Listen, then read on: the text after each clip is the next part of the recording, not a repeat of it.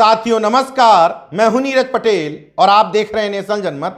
अब तो ये बात सामान्य जनमानस में भी उठने लगी है कि जब तक ये जातिवादी, वंशवादी, परिवारवादी कोलोजियम सिस्टम रहेगा तब तक इस सिस्टम से आए हुए जातिवादी जज ओबीसी, एससी, एसटी के वर्गीय हितों में कुठाराघात करते रहेंगे। कुछ दिन पूर्व ही सवर्णों को आरक्षण देने के मामले में ना सरकार से डाटा मांगा गया, ना आंकड़े मांगे गए। 5 जजों की बेंच बैठी, 3-2 से उसमें बहुमत से पास कर दिया गया कि सवर्णों को आरक्षण मिलना चाहिए।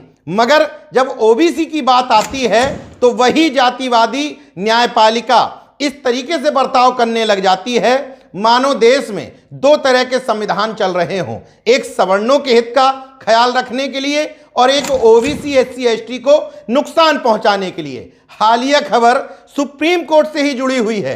दरअसल मध्य प्रदेश में जब कांग्रेस की सरकार थी, मुख्यमंत्री हुआ करते थे कमलनाथ, तो उन्होंने ओबीसी का आरक्षण 14% से बढ़ा करके 27% कर दिया।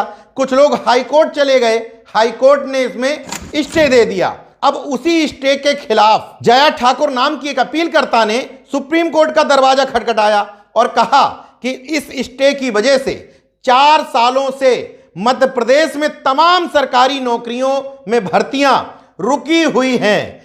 यहीं पर सुप्रीम कोर्ट का जातिवादी चरित्र देखिए, जहां ईडब्ल्यूएस, सवर्ण आरक्षण या जिसको सोशल मीडिया पे सुदामा कोटा या जनेऊ कोटा कहा जा रहा है, वो देने के लिए इतनी तत्परता दिखाई थी।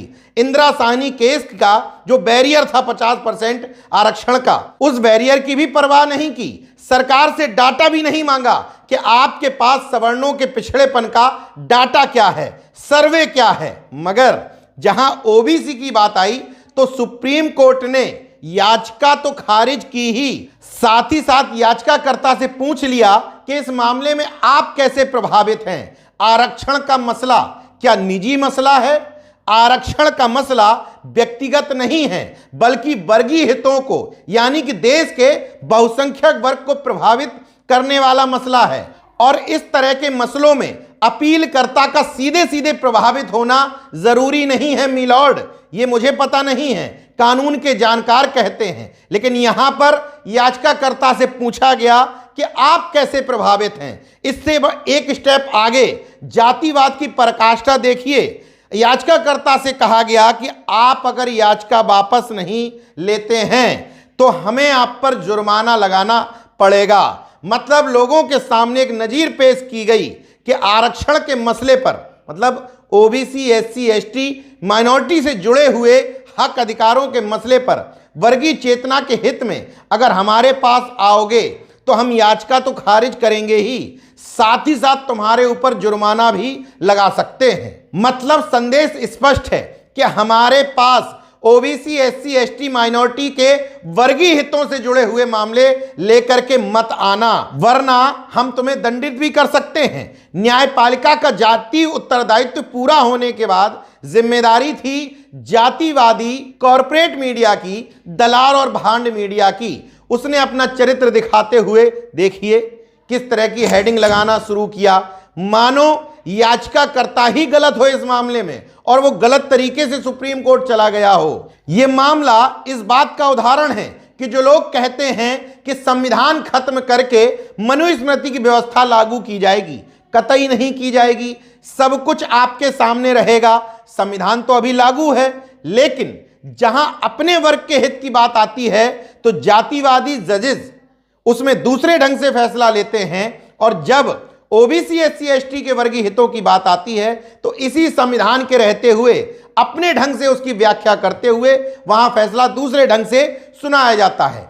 इस पूरे जातिवाद से बचने का एक ही तरीका है कि जिस तरीके से लोअर जुडिशरी में परीक्षा पास करके जज बनाए जाते हैं, यूपीएससी, एसएससी, पीसीएस, तमाम सारी जगह पर परीक्षा के माध्यम से लोगों को बड़े उच्च पदों पर पहुंचाया जाता है, वैसे ही जजेस में भी परीक्षा कराई जाए।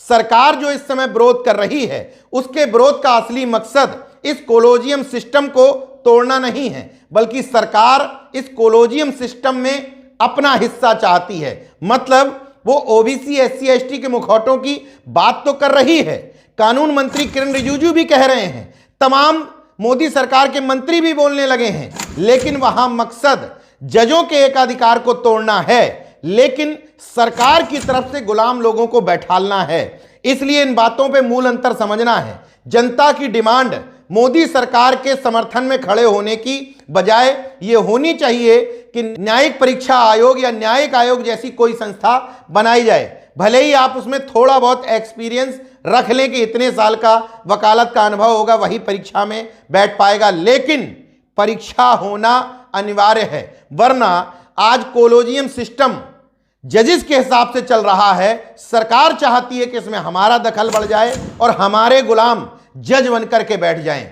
इस मूल अंतर को समझना है, वरना धरती की ये स्वयंभू जातिवादी मिलॉर्ड्स इसी तरीके से संविधान की अपने ढंग से व्याख्या करके उन लोगों को लाभ पहुंचाते रहेंगे, दूसरे वर्ग को इसी तरीके से नुकसान पे नुकसान देते रहेंगे। देखते रहिए नेशन जनमत, जागरूक और सजग बने रहिए। जय विज्ञान, जय संविधान, जय लोकतंत्र। धन्यवाद।